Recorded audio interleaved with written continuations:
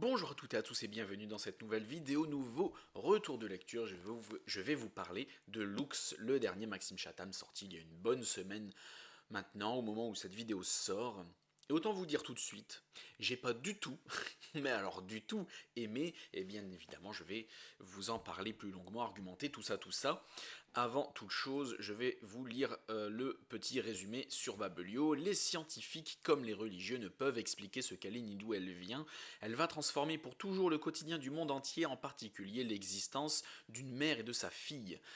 En posant la question qui nous obsède tous, nos vies ont-elles un sens? Un roman au suspense saisissant, hommage lumineux à Barjavel et à la littérature qui divertit, qui interroge. Maxime Chatham, comme vous ne l'avez jamais vu, ouais, bah j'aurais jamais voulu ne jamais le voir comme ça. J'ai envie de te dire, non, j'ai pas du tout aimé, c'était pas bien.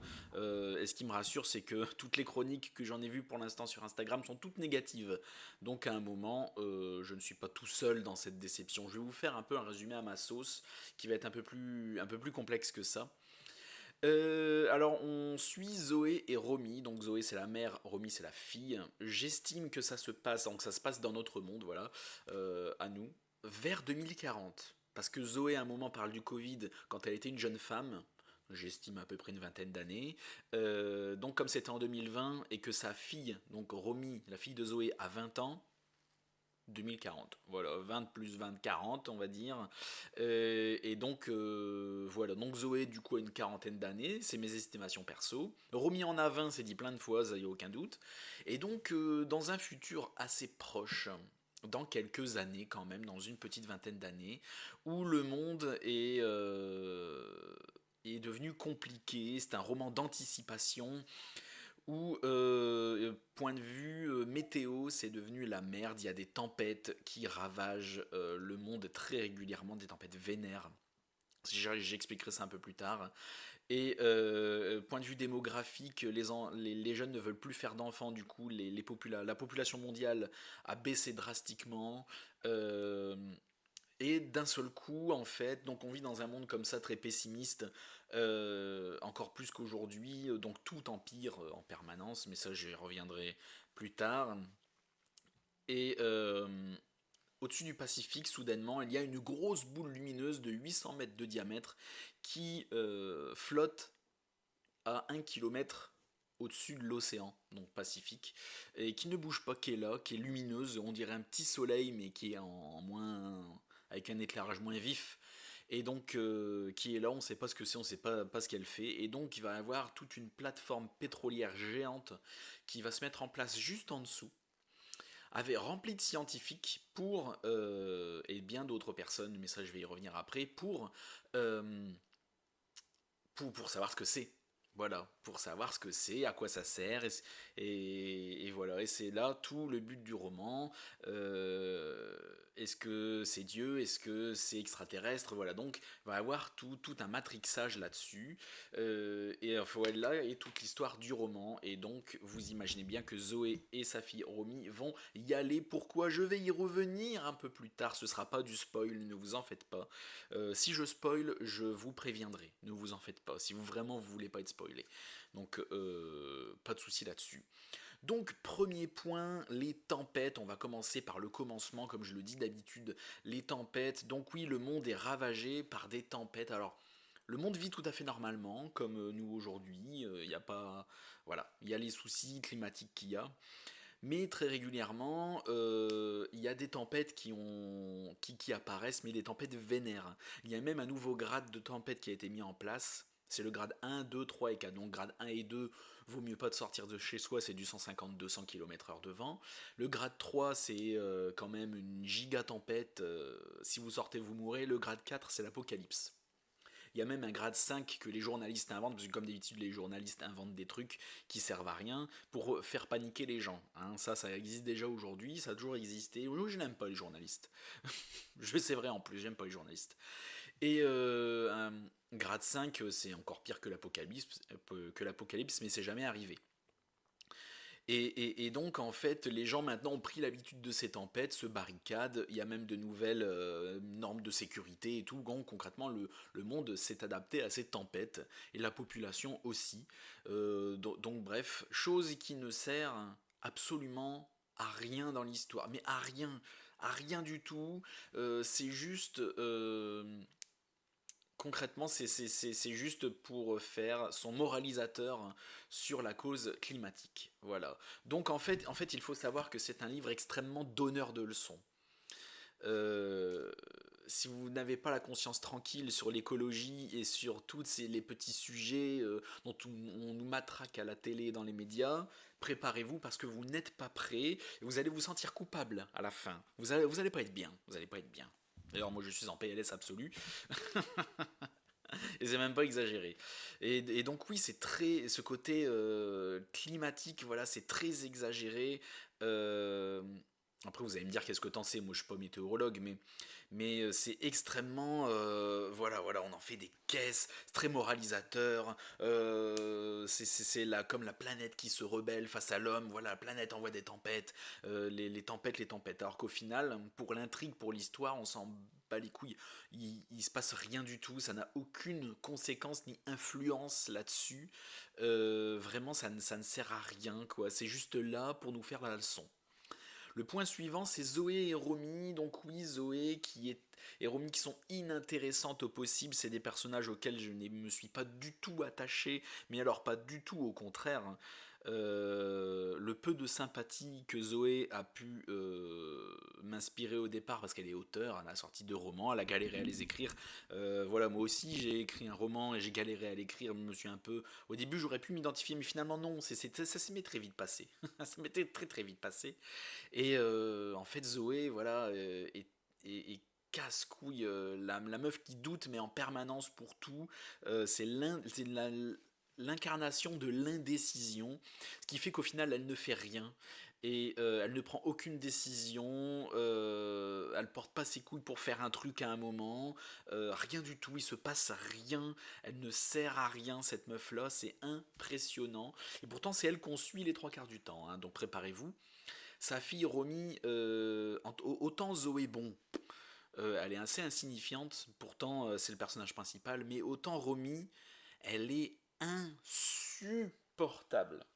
Et je suis pas du tout le seul à le penser. Sur Instagram, j'en ai parlé avec plusieurs personnes quand même. Je me suis rassuré. Euh, Insupportable. C'est la gamine qui a tout vu, tout fait, tout vécu, qui a forcément raison à chaque fois qu'elle parle avec une personne un peu plus âgée, avec enfin, j'allais dire avec un vieux, mais tu vois, qui n'est pas forcément d'accord avec elle, mais qui est plutôt dans la discussion, dans le débat. Non, non, c'est un vieux con qui a rien compris. De toute façon, la jeunesse a raison. Tu vois, la jeunesse a raison, les vieux ont tort. Ta gueule. Vraiment ta gueule. Et voilà, c'est comme ça. Donc on ne peut pas discuter avec elle. Elle est impulsive, elle ne fait que des mauvais choix. C'est insupportable.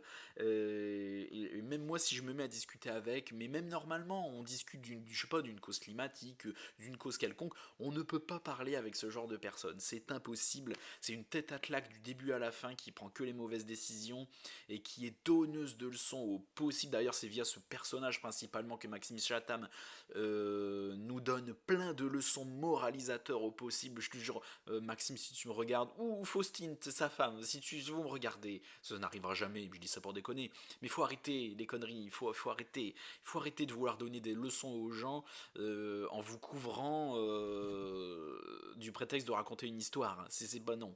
Ça, non, j'ai vu plein de notes sur Babelio, sur les autres sites et sur Instagram. Le roman se fait laver le cul, d'accord. J'ai vu plusieurs chroniques, le roman se fait laver le cul. Vraiment, le roman se fait descendre. Et non, non, non, 2 personnages insupportables. Vraiment du début à la fin, soit insignifiants, soit insupportables. Enfin, je vais pas tourner en boucle là-dessus. Bref, encore, j'ai marqué faux futur. Oui, parce que je regarde là, j'ai les notes sur mon téléphone encore une fois, parce que j'ai plein de choses à dire. La vidéo va faire une demi-heure, préparez-vous.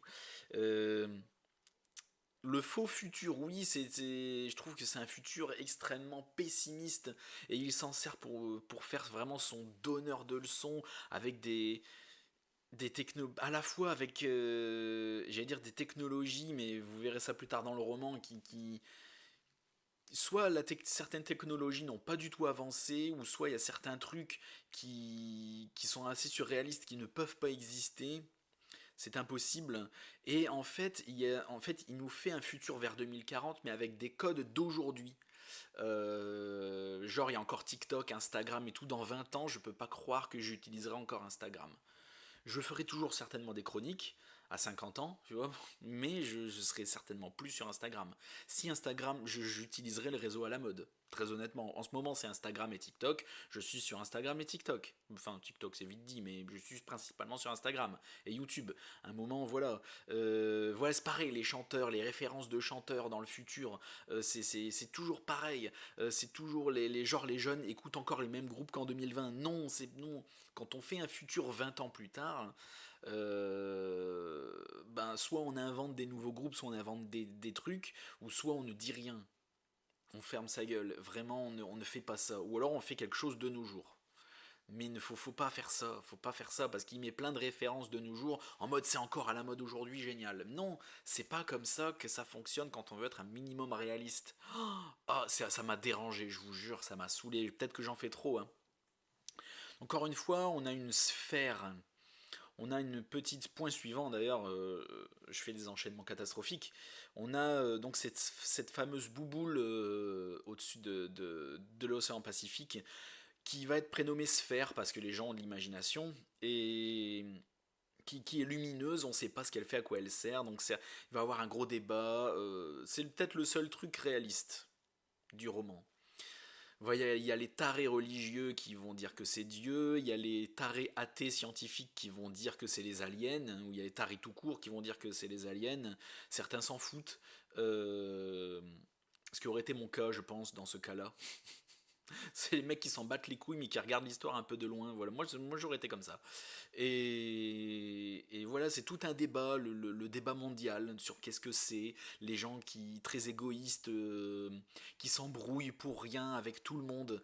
C'est le seul truc, c'est le seul bon point, j'ai envie de te dire réaliste, vraiment. Mais concrètement, quand tu réfléchis 2 minutes, quand tu sais que c'est Maxime Chatham qui a écrit, moi j'ai tout de suite deviné ce que c'était, de où ça venait. Et en fait, j'ai lu, à la fin du roman, j'étais en mode, ben j'avais raison. Encore une fois, je le dis à chaque fois que je lis un roman, à la fin je dis, à chaque fois que je fais la vidéo, je dis, bon ben moi je pensais que c'était ça, et à la fin du roman j'avais raison. Je le dis quasiment dans toutes les vidéos. Tout le temps, mais j'y peux rien moi si j'ai raison à chaque fois. Encore une fois, je vais pas le dire pour pas spoiler, mais vous ne pouvez que me croire sur parole, j'ai envie de te dire. Mais c'est pas dur à deviner, je vous jure. Allumez deux trois neurones, je vous jure, vous allez découvrir aussi ce que c'est à la fin, de où ça vient. Après le pourquoi, bon, j'avoue que le pourquoi j'ai pas cherché parce que je m'en fous, mais de où ça vient, de qui a mis ça là. Voilà, on va dire ça comme ça. C'est vraiment pas dur à deviner, c'est vraiment simplissime. Euh, Après, je vais parler Icon et son utilité, oui, parce que sur cette fameuse plateforme, je vois là, juste en dessous de cette bouboule, juste en dessous de Sphère, il y a une grosse giga plateforme pétrolière, donc en fait plusieurs plateformes pétrolières reliées les unes aux autres pour en faire une monstrueuse, avec plein de scientifiques et tout. Il y a une cellule appelée Icon, enfin on va dire à l'anglaise parce que ça s'écrit comme en anglais, Icon. Euh, En fait, c'est une cellule que tous les gouvernements ont réuni les meilleurs artistes, on va dire, de leur pays. Donc ça peut être des auteurs, des musiciens, des chanteurs, bref, pas des scientifiques, mais des penseurs dans leur domaine. Même le domaine artistique des livres de la musique, de la philosophie, machin. Et chaque cellule sur cette plateforme-là va se réunir tous les jours et essaie de réfléchir à ce que c'est. Les scientifiques sont là, au diff, ok, faites votre truc. Et en face, les artistes en mode, bon, on doit faire quoi? On sait pas, mais faites votre truc. Réfléchissez à ce que c'est, donnez-nous vos idées. Donc, t'as une grosse boubou lumineuse dans le ciel et tu dois penser à ce que c'est. Même les trucs, le premier truc qui vient à l'esprit, le truc le plus débile, tu me fais un rapport de 10 pages et on va y réfléchir.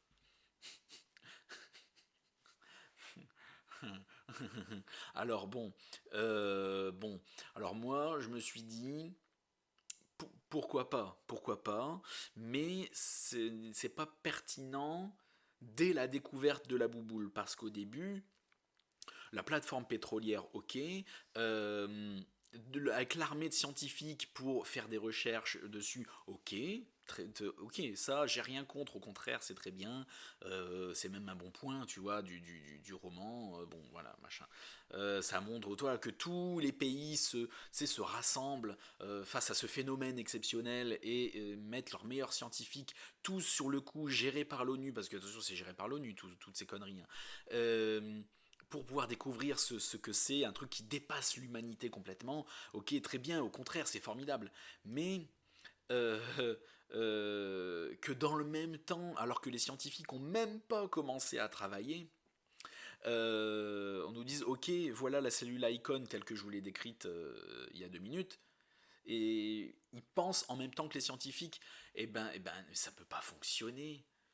Qu'on envoie des scientifiques découvrir ce qui se passe, tout analyser, ok, et si jamais les scientifiques ne savent pas ce que c'est, toutes les recherches ne mènent à rien qui peut être expliqué, là ok, je veux bien qu'on engage des cellules d'artistes et de penseurs, de gens qui pensent différemment, pour pouvoir regarder les choses sous un nouvel angle.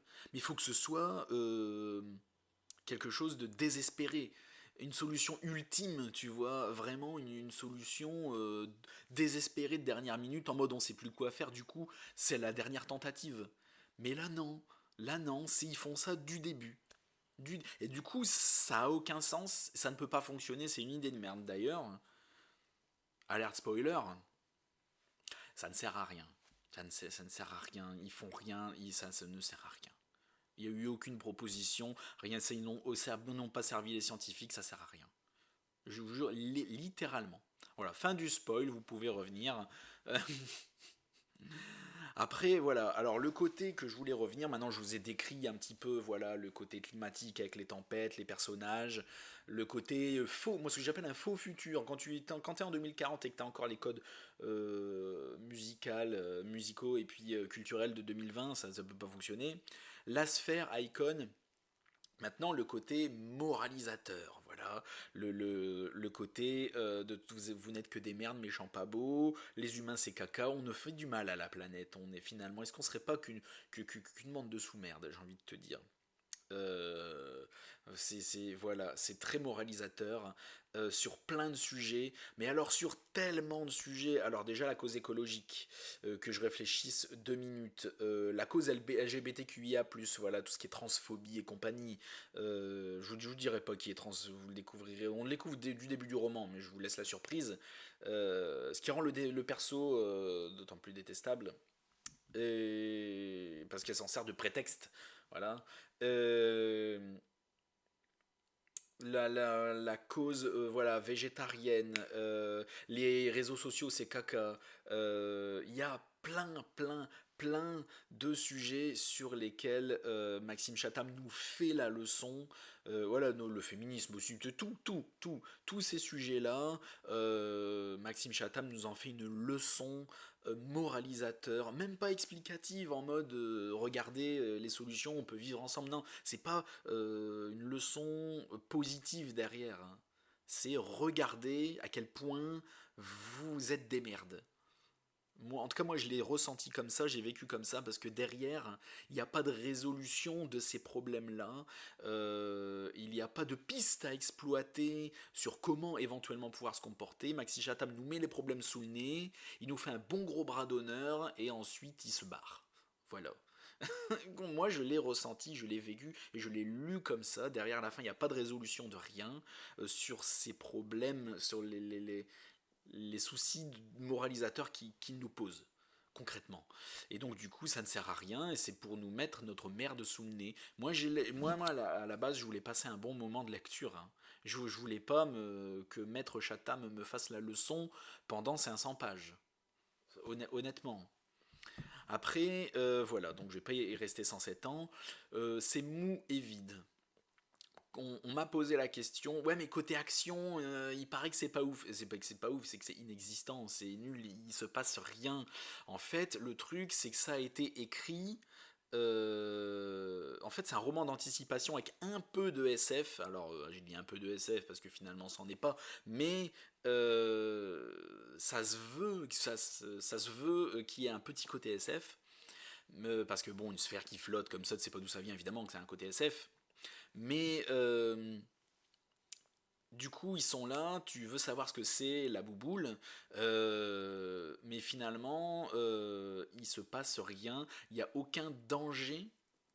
T'as aucun sentiment de danger, t'as aucun danger littéralement, qui se fait ressentir tout l'endurement, aucune tension, euh, t'as plein de questions existentielles, mais ça c'est parce qu'on suit des personnages chiants, il se passe rien d'important, t'as aucune tension, aucune question, rien, nada.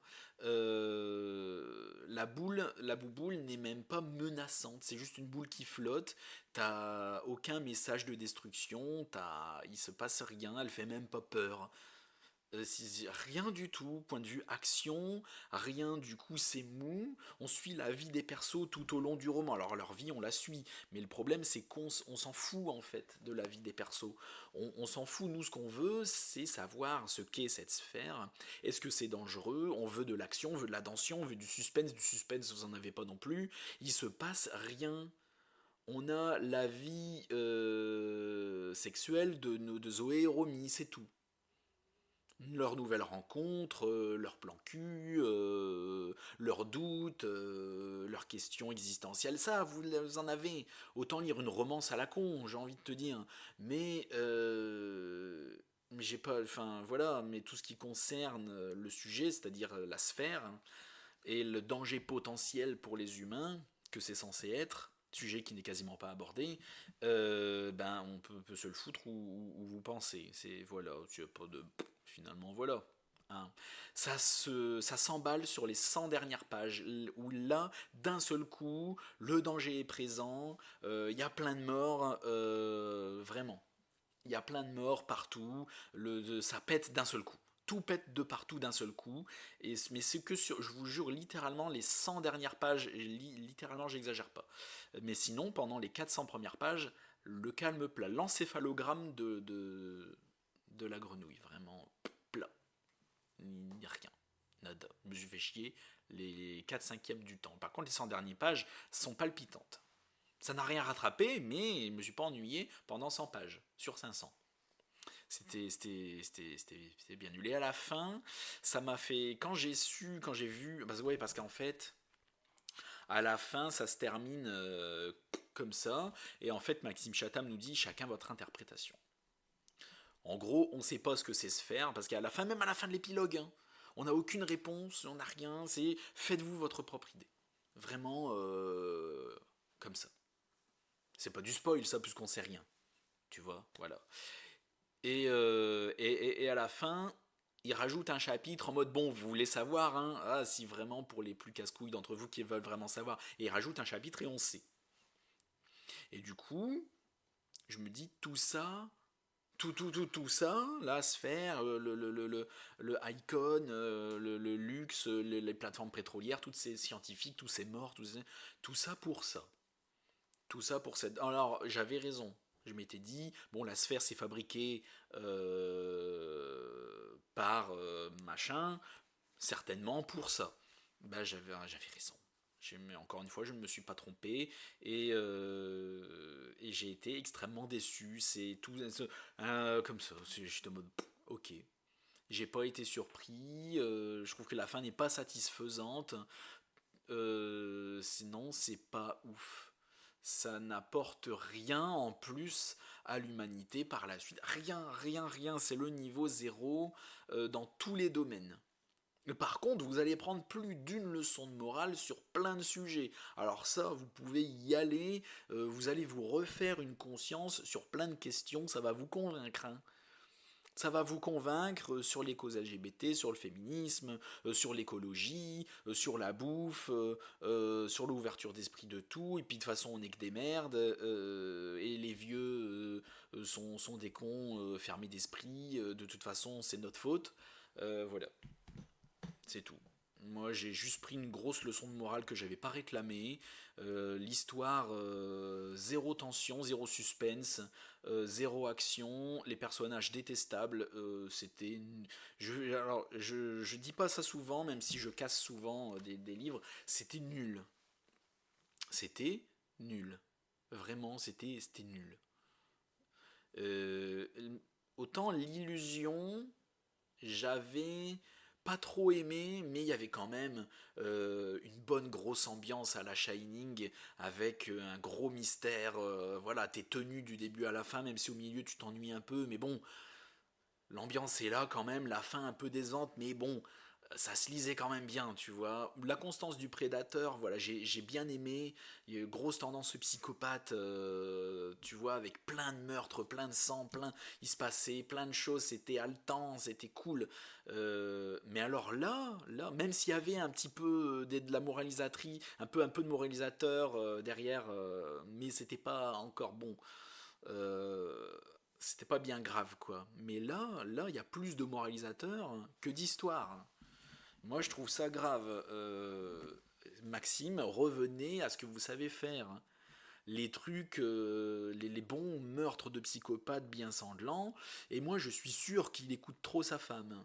Il faut arrêter d'écouter trop ça. Faites ce que Maxime, faites ce que vous savez faire, hein, et arrêtez, parce que sa femme c'est Faustine Bollard, c'est celle qui présente l'émission sur la 2 là, vous savez, à la place de toute une histoire il y a quelques années. Ah, je sais plus comment ça s'appelle.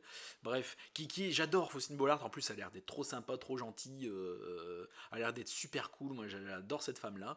Mais je suis sûr que c'est elle qui est derrière toutes ces leçons moralisateurs. Elle doit lui souffler les idées. Maxime, arrête d'écouter ta femme, par pitié. Refais des trucs gore. S'il te plaît, fais-moi plaisir. À moi et à tout ton public. Par pitié. La vidéo est beaucoup trop longue, elle fait presque 30 minutes, j'en suis désolé, mais il fallait que ça sorte à un moment. Je viens de finir de le lire, donc à un moment, il fallait que fallait que ça sorte. De toute façon, je sais que je suis pas du tout le seul à penser tout ça. Nous sommes nombreux, hein. Nous sommes très nombreux. Donc c'est une vidéo où j'ai bien craché mon sel, où j'ai détesté, où ce roman m'a coûté beaucoup trop cher pour ce que c'est. Bon, après, le style d'écriture, c'est du Chatham, ça se lit, y a pas de problème, c'est très bien. Merci à tous d'avoir supporté cette vidéo pleine de sel et d'ondes négatives jusqu'au bout. N'hésite pas à liker la vidéo, à t'abonner à la chaîne, à partager. Je ne suis pas toujours comme ça, mais je suis quelqu'un qui dit ce qu'il pense comme il le pense et qui essaie d'être constructif. Regardez, j'ai pris mes points un par un, je les ai suivis, j'ai été constructif, j'ai dit pourquoi. Voilà, j'ai pas juste craché mon sel gratuitement. Abonne-toi s'il te plaît. Ou ne m'abandonne pas si t'es déjà abonné. Je sens que je vais pas me faire des amis avec cette critique aussi négative. Merci à tous et à la prochaine chez Alistair, en espérant que ma prochaine lecture soit meilleure.